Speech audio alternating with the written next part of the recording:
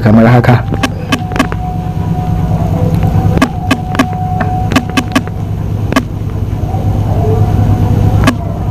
So gashi na rubuta yaya kake, nan kuma an jiyo da shi how are you. Bari in taba send. Gashi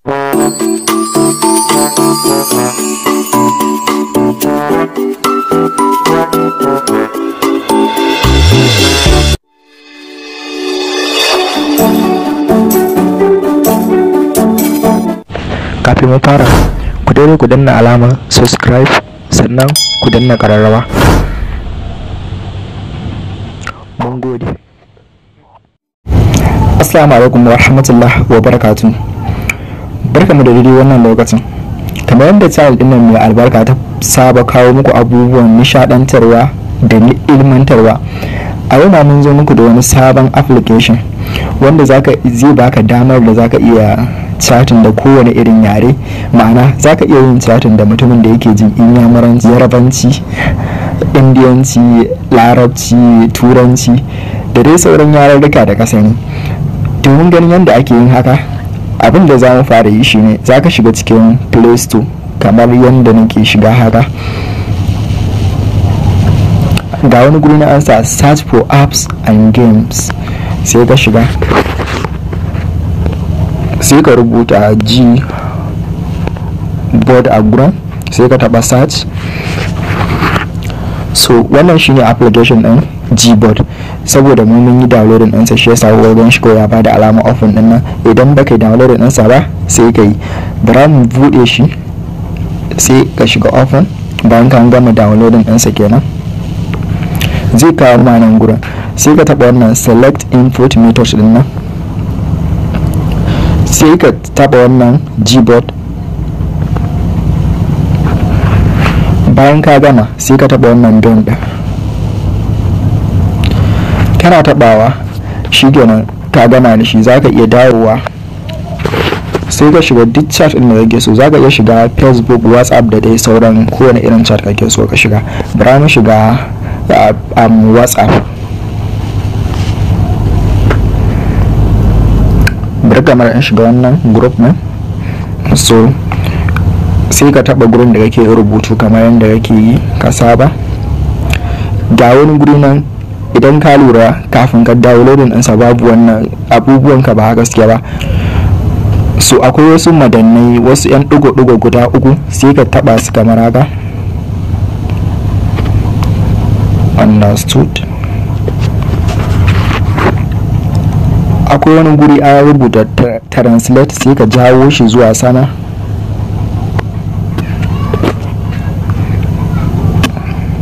Bayan ka jawo shi, bayan ka dawo da wannan abin translation, sai ka taba shi, sai ka taba OK. Kana tabawa za ka ga rubutu ya zama guda 2. So yanzu abin da za ka yi shine za ka taba guri kamar haka, sai ka taba shi kamar haka, sai ka zaɓi yaren da kake ji a nan. Wannan zaɓin kenan. Bara in zaɓi yaren da nake ji.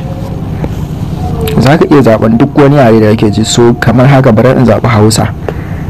Bayan na zaɓi Hausa, sai in zaɓi yaren da nake so a dinga juyan min da abun. Idan ina satin kamar da Beyarabe ko Inyamuri ko kuma Balarabe ko Bature, sai in zaɓi yaren da nake satin da mutum ne shi.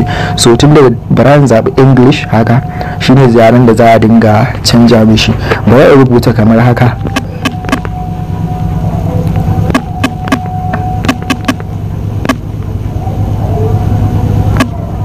So gashi na rubuta yaya kake, nan kuma an jiyo da shi how are you. Bari in taba send.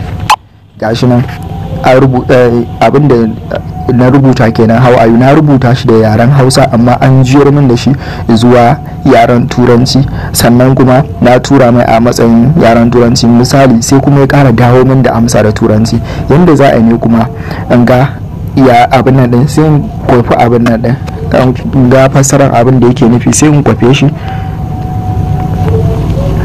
Idan na kwafe shi kamar haka, sai in kara taɓa translation din nan, sai in samu abin da ya turo min, sai in paste din shi. To ka gani gashi nan na rubuta how are you, sai aka juyar min da shi zuwa yaya kake, shine abin nan da ya turo min. Ko me ya turo min duk yawansa haka zan. Idan kuma aka ce ina magana kamar mutumin da yake jin kamar ko French ko kuma dai da ina magana kamar ina tashin da mutumin da yake jin Indiyanci, sai in zaɓi wannan Hindi haka. Idan na zaɓa sai in rubuta mara kamar ya kake, shi ma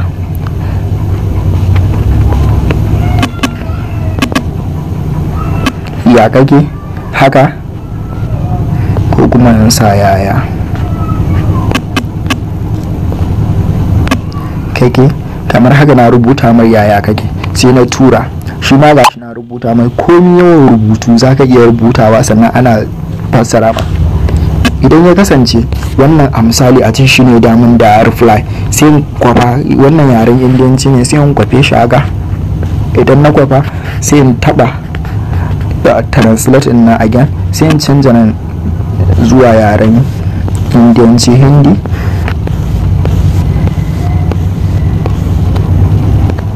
Na taba Hindi sai in sa ajiyar min da shi zuwa Hausa, sai in na kwafe shi sai in kara fesin din shi haka. So gashi nan an damu yana nufin yaya kake. Idan koma wani irin yare mutum yake ji zai yi amfani da wannan application domin ya yi chatting da mutumin da yake abin nan WhatsApp kenan. Bara mu ƙara komawa kamar wani chat din a yankin. Bari mu shiga Telegram. Gashi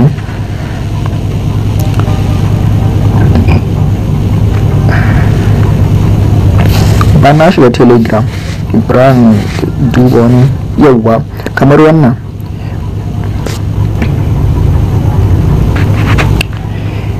Kamar wannan da ya fara min magana yake tambata, hey you speak Greek, da nasu zan iya ce mai ina ji, sai yi amfani da wannan application din in juyar da shi zuwa yaren Hausa. Yana rubuta da Hausa, ana juyar min da shi zuwa Greek. Sannan shi ma idan ya turo min da yarensa na Greek sai in juyar da shi zuwa Hausa in gani yake rubuta, sannan ƙara tura mai da reply.